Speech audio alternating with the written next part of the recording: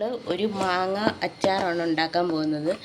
ഇത് മാങ്ങ നന്നായിട്ട് കുനുകുന അരിഞ്ഞ് വച്ചിരിക്കുന്ന മാങ്ങയാണ്. അതിനകത്ത് കുറച്ച് ഉപ്പിട്ട് കൊടുത്തിട്ടുണ്ട്. ഉപ്പ് കുറച്ച് മാങ്ങയ്ക്കകത്ത് പിടിക്കാനാണ് നമ്മൾ ഇനി അച്ചാറിടാൻ പോണ്. അടുപ്പ് കത്തിച്ചിട്ട് ഒരു പാത്രം വെച്ചിട്ടുണ്ട്. ഇനി നമുക്ക് അതിനകത്തോട്ട് എണ്ണ ഒഴിച്ചു കൊടുക്കാം. എണ്ണ ഒഴിച്ചു കൊടുത്തിട്ടുണ്ട്. തൊട്ട് കടുക് ഇട്ട് കൊടുക്കാവേ.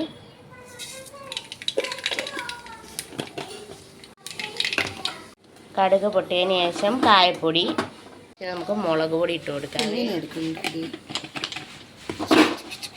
മാറ്റപ്പുറത്തേക്ക്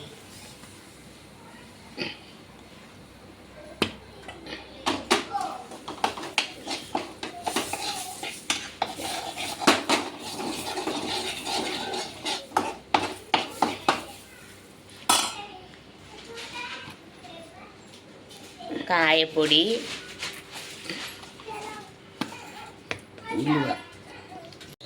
ഇനി ഉലുവാപ്പൊടി ഇട്ടിട്ടുണ്ട്. കുറച്ച് മഞ്ഞൾപ്പൊടി,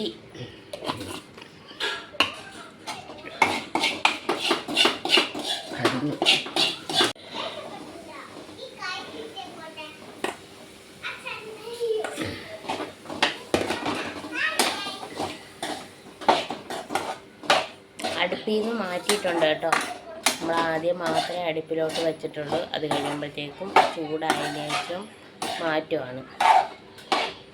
എന്നിട്ട് നന്നായിട്ട് ഇളക്കി മിക്സ് ചെയ്ത് കൊടുക്കാം.